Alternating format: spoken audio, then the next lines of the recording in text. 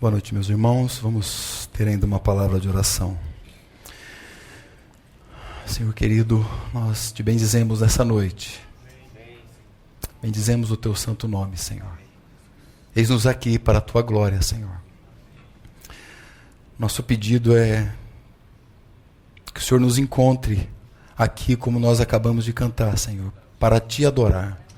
Prostrados, rendidos, a nossa alma sujeita ao teu Santo Espírito, para que Ele nos leve naquele lugar que o Senhor deseja, Senhor. Obrigado, Senhor, por essa noite. Obrigado, Senhor, porque nós podemos estar aqui nessa noite e fazer memória do Senhor. Porque é isso que nos traz esperança. É isso que agrada ao teu coração. Então eis-nos aqui, Senhor, para te fazer também agradáveis ao Senhor, como sacrifícios vivos, para a glória do teu nome. Ó Senhor, nós oramos no teu bendito nome, Jesus.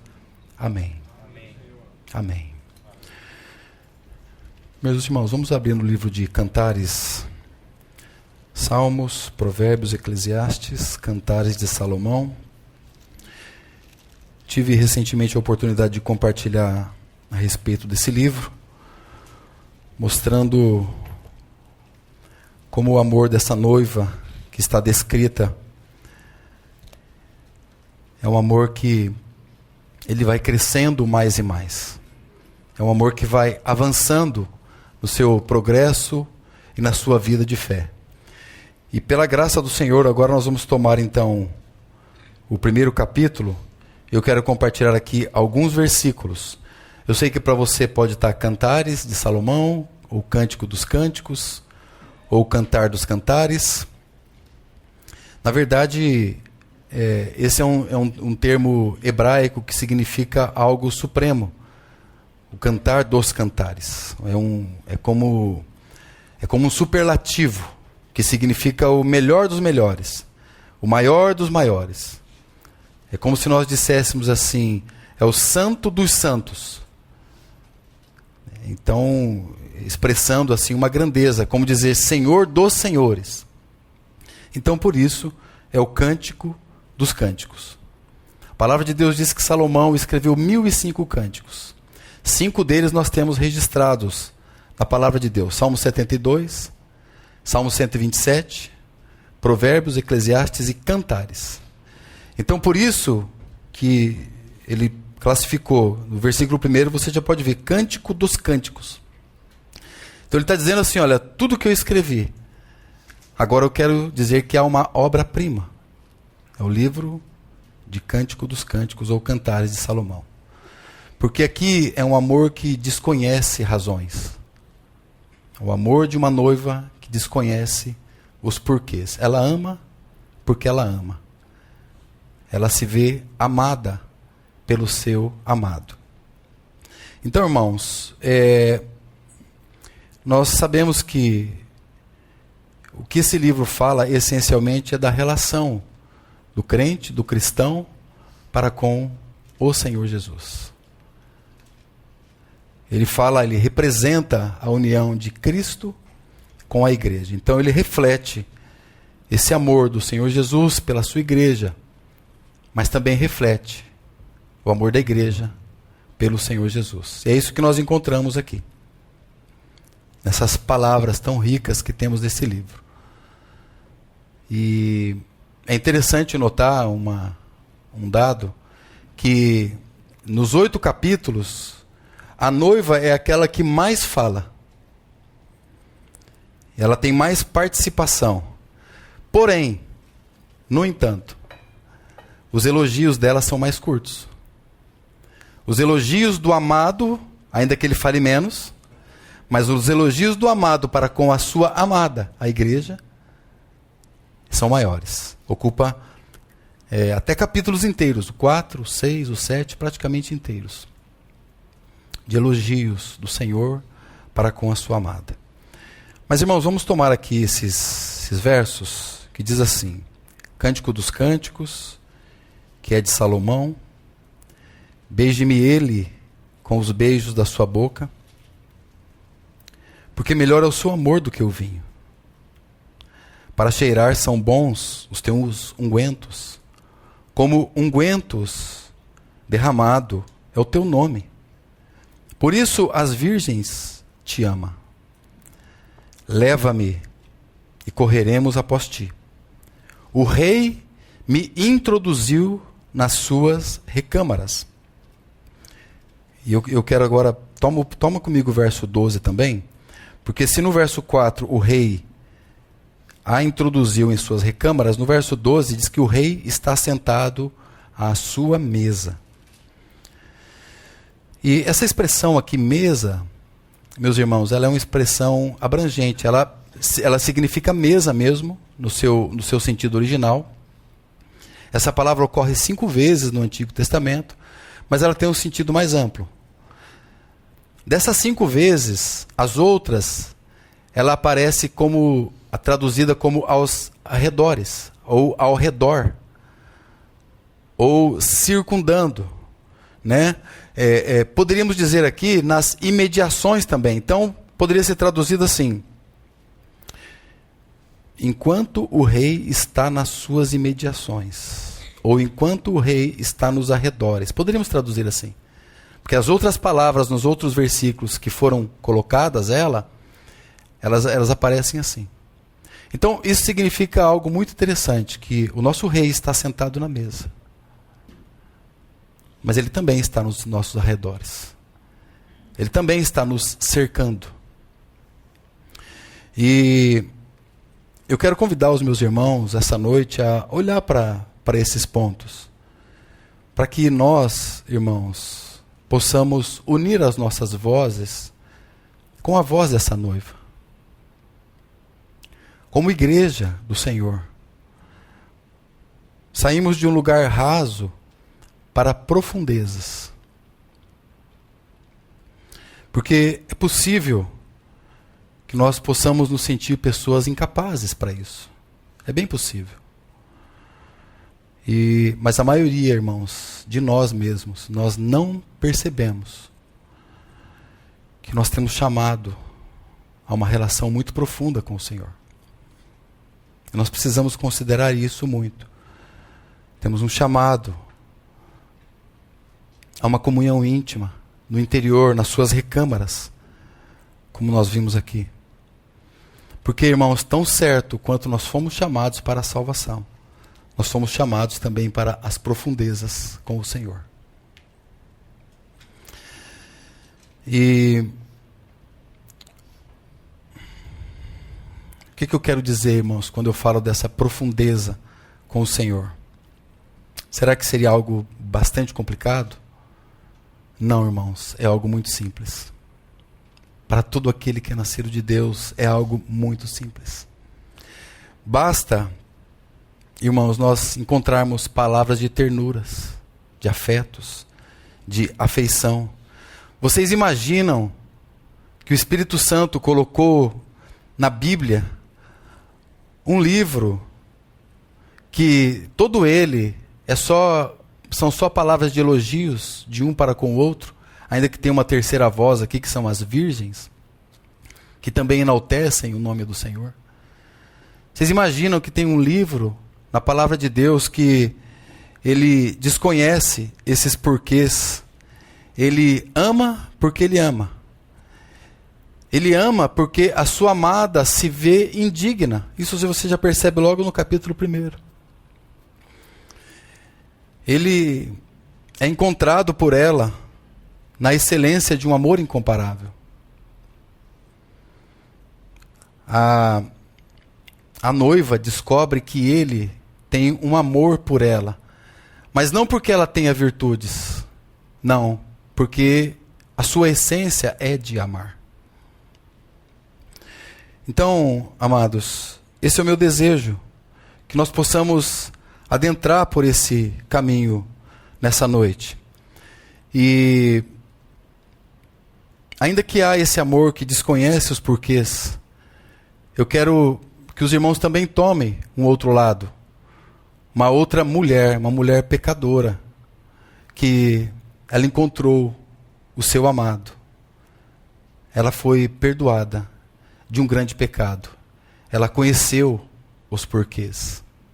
Então vou pedir para os meus irmãos abrirem ainda que tudo isso precisa estar na nossa mente, em Lucas no capítulo 7.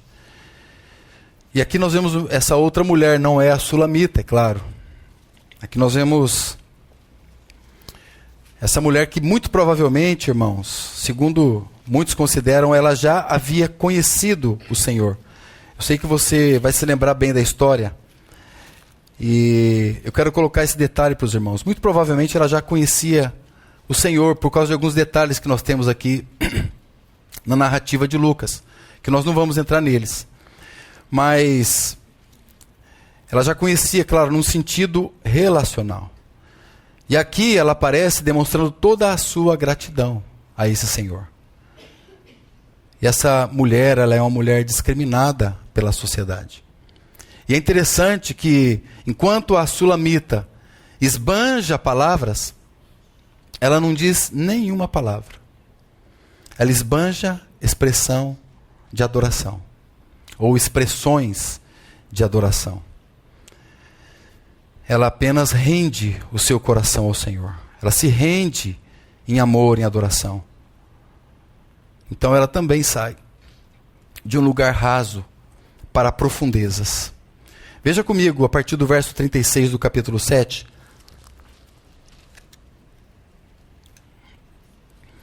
E rogou-lhe, verso 36, e rogou-lhe um dos fariseus que comesse com ele. E entrando na casa do fariseu, assentou-se à mesa. Aqui nós temos esse rei que está assentado na mesa desse fariseu, que logo depois a gente descobre o seu nome, é Simão. E o verso 37 diz que eis que uma mulher da cidade, uma pecadora. Essa expressão, ela simplesmente está designando algo. A mulher da cidade, pecadora, é uma prostituta. É isso que a expressão está dizendo. Sabendo que ele estava à mesa, em casa do fariseu, levou um vaso de alabastro com unguento.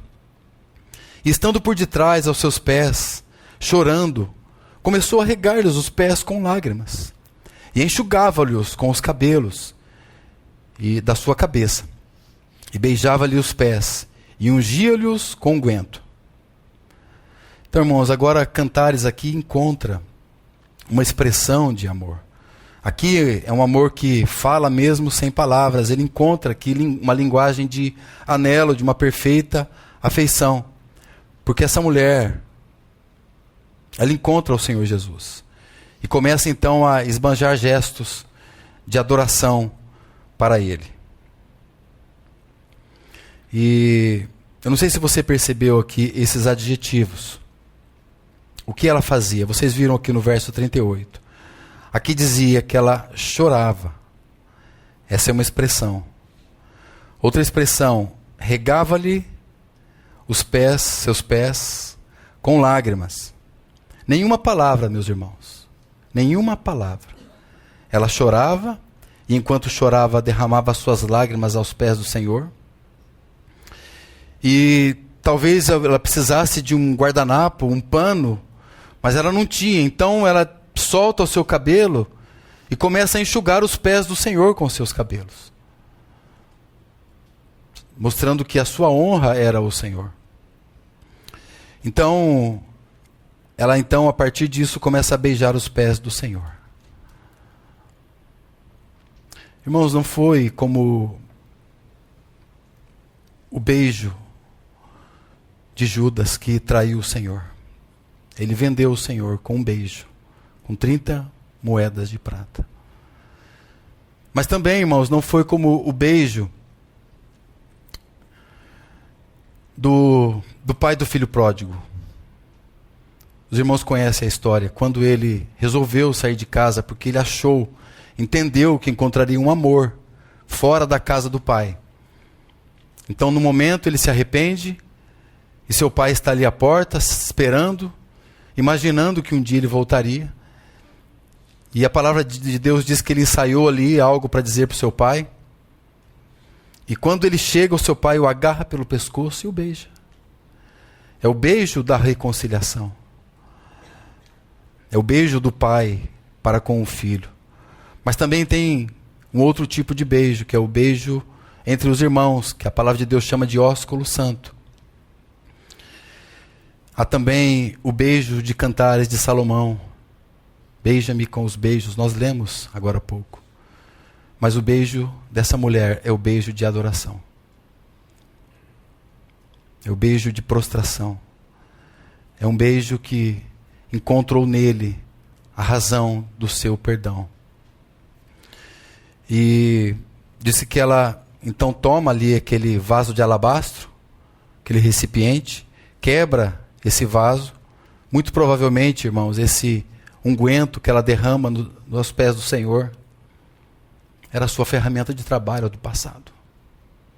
E ela se desfaz de tudo para quebrar aos pés do Senhor. E para dizer, eu não usarei mais isso para mim por conta daquela minha vida pregressa. Eu tenho alguém que me perdoou. Porque na sua vergonha lá do passado, ela costumava comprar os ungüentos para utilizar no seu trabalho. E agora ela quebra e perfuma os pés do Senhor. Irmãos, será que o nosso amor também tem encontrado uma linguagem tal qual essa linguagem? Nós estamos aqui porque o Senhor Jesus, Ele disse, fazei isto em memória de mim. Todas as vezes que os reunirdes para partir o pão, tomar do cálice, comam e bebam em memória de mim. Então o nosso Senhor, Ele está à mesa. O nosso Senhor está dentro de nós, mas Ele está também no meio de nós. Ele está à sua mesa. E quando você avança, você descobre, irmãos, aqui no verso 39, que havia ali o fariseu, o nome dele era Simão, e ele falava com ele mesmo. Né? Ele dizia assim para ele, olha, se Jesus realmente fosse um profeta, ele saberia quem é essa mulher. Saberia quem era ela. E aí o Senhor então lhe propõe uma parábola de 2 devedores. Creio que os irmãos se lembram. Um credor tinha 2 devedores. Um devia 500 denários ou 500 dinheiros e o outro devia 50. Na realidade, Jesus está dizendo assim, Simão, você é como esse que me devia 50 denários. E ela é alguém que me devia 500 denários. Em outras palavras, Jesus está dizendo isso para ele. Aí Jesus disse, e ele, o credor, perdoou a ambos. E faz a pergunta, qual dos 2, Simão, qual dos 2 devedores amará mais o credor? E Simão acerta a resposta, disse, olha, é aquele que foi mais perdoado. Aí Jesus falou exatamente. E é por isso que quanto mais nós somos perdoados, mais nós amamos e expressamos o nosso amor pelo Senhor. João Calvino disse uma frase curta, mas muito profunda. Ele disse que o amor é o filho do perdão. Por conta do grande perdão que eu recebi, na mesma proporção, eu sou grato ao Senhor. Eu rendo palavras de louvores e adoração a Ele. Então, a consciência do pecado, então, quanto mais for a consciência do meu pecado, maior será a minha gratidão pelo Senhor. É isso que Jesus está dizendo, no verso 47. Se você tomar aí, você vai ver. Por isso te digo, que os seus muitos pecados lhe são perdoados. Porque muito amou. Mas aquele a quem pouco é perdoado, pouco também ama. Ou seja, o amor medido na mesma proporção do quanto você reconhece o quanto você foi perdoado. Na mesma proporção. Então, Jesus aqui no verso 47 falou sobre a mulher, a respeito da mulher, que ela ama muito. Então, por isso, ela foi muito perdoada. E o verso 48, então, Jesus dirige a palavra exatamente para ela. E a tradução literal é, os teus pecados foram perdoados. E assim, meus irmãos, todos os teus pecados, conscientes, inconscientes, foram perdoados. Não há pecado, culpa, que seja maior do que o amor do Senhor. Que seja maior do que o perdão do Senhor. O pecado que não tem perdão é o pecado não confessado. Porque aquele que confessa e deixa, alcança a misericórdia, diz a palavra do Senhor. Então, meus irmãos, o rei está sentado à sua mesa. Nós lemos no verso 12 de Cantares capítulo 1. E aqui ele estava à mesa e veio essa pecadora. Então, louvado, irmãos, seja o nome do nosso Senhor. Louvado seja o nome dele que nos amou com um amor profundo. Esse amor da noiva de Cantares não encontrou porquês. Ama porque ama. Ama porque foi o seu primeiro amor. Ama porque se viu indigna, porque encontrou a excelência do amor na pessoa do Senhor. Descobriu nele a fonte de todo o amor. A noiva foi atraída pelo nome do Senhor. Que nós lemos, unguento derramado, é o teu nome.